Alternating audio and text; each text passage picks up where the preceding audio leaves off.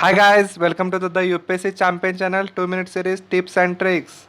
So start with UPSC, MPSC combine 2020 आणि 21 साठी जी विद्यार्थी प्रिपेअर करत आहेत त्यांच्यासाठी मोस्ट टाइम आहे. Please take a notes. UPSC MPSC नाव in Marathi 2 minute series. So start with the series. महत्त्वाचा पॉईंट आहे, हायलाइटेड पॉईंट आहे UPSC MPSC कंबाईन 3 एक्झामसाठी नॅशनल इमर्जन्सी आणि प्रेसिडेंट रूल आणि आता रिसेंटली चर्चेतही आहे, महाराष्ट्रात लागूही केलेला आहे. सो खूप महत्त्वाचं आहे प्रोव्हिजन्स. आणि जर UPSC MPSC कंबाईन आता जर ट्रेंड ॲनालिसिस बघितलं तर त्यांचा ट्रेंड आहे जो स्टॅटिकवरनं आता प्रोव्हिजन बेस आलेला आहे. सो प्रोव्हिजन खूप महत्त्वाचे आहेत. सो आपण बघूया one by one. National emergency article 352 नुसार लावली जाते आणि प्रेसिडेंट रूल आर्टिकल 356 नुसार लावली जाते. आर्टिकल पण खूप विचारायला आहेत. तर फर्स्ट प्रोव्हिजन आहे, it can B proclaim only Wien the security of India. Okay, जे सिक्युरिटी आहे, सुरक्षा, इंडियाच्या सुरक्षेवरच फक्त ही त्या बेसवरच फक्त इमर्जन्सी लावण्यात येते. Okay, or part of threaten by the war, external aggression and arm rebellion. Okay, म्हणजे भीती आहे जी वॉरची, जे external aggression and then arm rebellion म्हणजे सशस्त्र उठाव, या 3 कॅटेगरीवर बेसवरच फक्त आपण नॅशनल इमर्जन्सी लावू शकतो.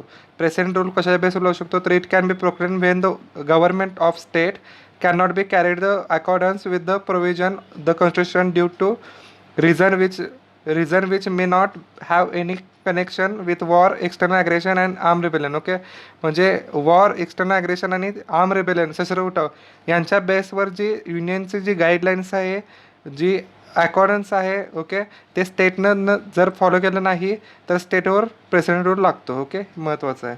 देन आहे सेकंड, मोस्ट ऑफ दी हे कशासाठी वापरतात प्रेसिडेंट रूल, की जर कुठल्याही स्टेटची जर कॉन्स्टिट्युशन मशिनरी जर फेल झाले गेली असेल, जर कॉन्स्टिट्युशन अगेन्स्ट वागत असेल कुठलं तर स्टेट. आणि थर्ड प्रोव्हिजन आहे की जे युनियनचे जे गाईडलाईन्स आहेत ते जर मान्य करत नसेल स्टेट, तर त्या आधारावर ही प्रेसिडेंट रूल, राष्ट्रपती राजवट आहे, ती लावली जाते. देन आहे second, during the operation the state executive and legislature continue to function and exercise the power assigned them under the constitution. Okay, exercise and function constitution under होणार आहे. its effect is that center gets the concurrent powers of the administrative and legislative of the state. Okay, जी concurrence समोरची सूची आहे, जी समोरचे जेवढे काही subject आहेत स्टेटचे, जेवढे काही सब्जेक्ट आहेत ते पार्लिमेंटच्या अंडर जाणार आहेत. जे स्टेटचे जे लेजिस्लेटिव्ह फंक्शन आहेत, जे ॲडमिनिस्ट्रेटिव्ह फंक्शन आहेत, ते पूर्णतः त्याच्यावर ॲक्ट करण्याचा, त्याच्यावर लॉ करण्याचा हा राईट कुणाचा असणार आहे, पूर्णतः पार्लिमेंटवर येणार आहे. ओके, सो पार्लिमेंट इथे डॉमिनन्स दाखवणार आहे. ओके, सेकंड आहे प्रेसिडेंट रूलमध्ये, during its operation the state executive is dismissed and the state legislature is either suspended or dissolve. Okay, जर बघितलं तर जर प्रेसिडेंट लागला असेल तर स्टेट एक्झिक्युटिव्ह आहे, means what government, okay, CM आणि त्यांचं मंत्रिमंडळ हे एकतर डिमिस केलं जातं, कोलॅप्स केलं जातं. ओके, देन आहे the president administrate the state through the governor, the parliament makes law for the state. Okay, जर बघितलं तर जे काही जे लॉ आणि ऑर्डर आहे मेंटेन, जे नवीन लॉज आहेत, ओके, ते सगळे एकतर गव्हर्नर करू शकतात किंवा सगळे राईट्स कुणाला जे चेंजेस करण्याचे तर पार्लिमेंटला राईट जाणार आहेत.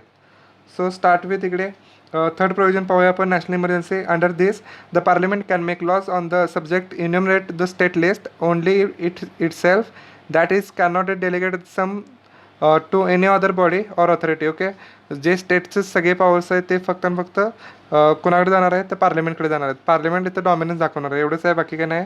इकडं आहे under the parliament can delegated the power of makes the laws of the state to president or the any authority specify by him. Okay, जे स्टेटमध्ये जे लॉ करणार आहे ते एकतर पार्लिमेंट, कुणाच्या सहाय्याने तर प्रेसिडेंटच्या सहाय्याने, अल्टिमेट कोण अप्रुव्हल देणार आहेत, प्रेसिडेंट देणार आहे किंवा प्रेसिडेंटने नेमलेली व्यक्ती. Okay, so for the practice has been the president so make laws for the state its consultation with the member of the parliament from that state. Okay, such laws are known as president act. Okay, president त्या स्टेटमधल्या जे executive आहे, जी legislative आहे, त्यांच्या सहाय्याने, त्यांच्या कन्सल्टेशनने पण इथे president rule लावू शकते. Okay, this is no maximum period prescribe for the operation. Okay, इथं मॅक्झिमम पिरियड असे काय नाही आहे, इनडेफिनाईट पिरियड पण नॅशनल इमर्जन्सी लावू शकतो. It can be continued indefinite with the approval of parliament for every 6 months. Okay, याचा जो टाईम पिरियड आहे, जो टेनर आहे, तो अमर्यादित काळापर्यंत ही फायनान्शियल नॅशनल इमर्जन्सी लावू शकतो. ओके, पण 6 महिन्यांनी परत एकदा पार्लिमेंटमध्ये रिव्ह्यू करावी लागेल, प्रत्येक 6 महिन्यांनी. ओके, इकडे कशी प्रोव्हिजन आहे, there is maximum period of the prescribe the operation that is 3 years. Okay, जो प्रेसिडेंट रूल आहे तो मॅक्झिमम 3 yearपर्यंत म्हणजे 3 वर्षापर्यंत आपण एक्सटेंड करू शकतो, लावू शकतो. Therefore after is come to the end of the normal constitution machinery must be restore in the state. Okay, त्याच्यानंतर 3 वर्षानंतर constitution machinery must be restore केली जाईल. ओके, स्टेटला त्याचे पॉवर देण्यात येईल. अंडर दिस चौथी प्रोव्हिजन बघूया आपण. Under this the relationship of the centre will all the state undergoes a modification. Okay, इथं बघितलं तर सेंटरचं जे ऑलरेडी जे पॉवर्स आहेत ते अपग्रेडेशनमध्ये येणार आहेत. ओके, मॉडिफिकेशनमध्ये येणार आहेत. देन आहे under this relationship if only the state under the emergency with the centre undergoes the modification. Okay, जर only the state under the emergency state आलं असलं तर सगळे पॉवर जाणार स्टेटला, एवढंच आहे, बाकी काय नाही आहे. देन 6वा प्रोव्हिजन आहे every resolution of parliament approving its proclamation or its continuance must be passed by specific majority. Okay, एक special majority. Okay, specific majority means what, special 2/3 मेजॉरिटीने पास करावे लागेल. Okay, proclamation mention continuance must be. Okay, continue करायचं असलं तर special मेजॉरिटीने pass करावे लागेल. इकडे आहे every resolution parliament approve the proclamation or its continuance can be pass only the simple majority. इकडे सिम्पल मेजॉरिटी आहे. इकडं जे आपण 6 महिन्यानं रिव्ह्यू करतो ना ते इकडं स्पेशल मेजॉरिटी असणार, इकडं सिम्पल मेजॉरिटी असणार. खूप महत्त्वाचा डिफरन्स विचारू शकतात. Its affect the fundamental right of citizen. Okay, national emergency through fundamental राईटला अफेक्ट करू शकता. आणि इकडे कसं आहे, it is no affect the fundamental right of the. Okay, प्रत्येकाचे फंडामेंटल राईट्स आहेत, जे मूलभूत अधिकार आहेत ते इकडं नष्ट होणार नाहीत, सगळ्यांना ज्या त्या यांना मिळणारच आहेत. देन आहे Lok Sabha can pass resolution its रिव्होकेशन.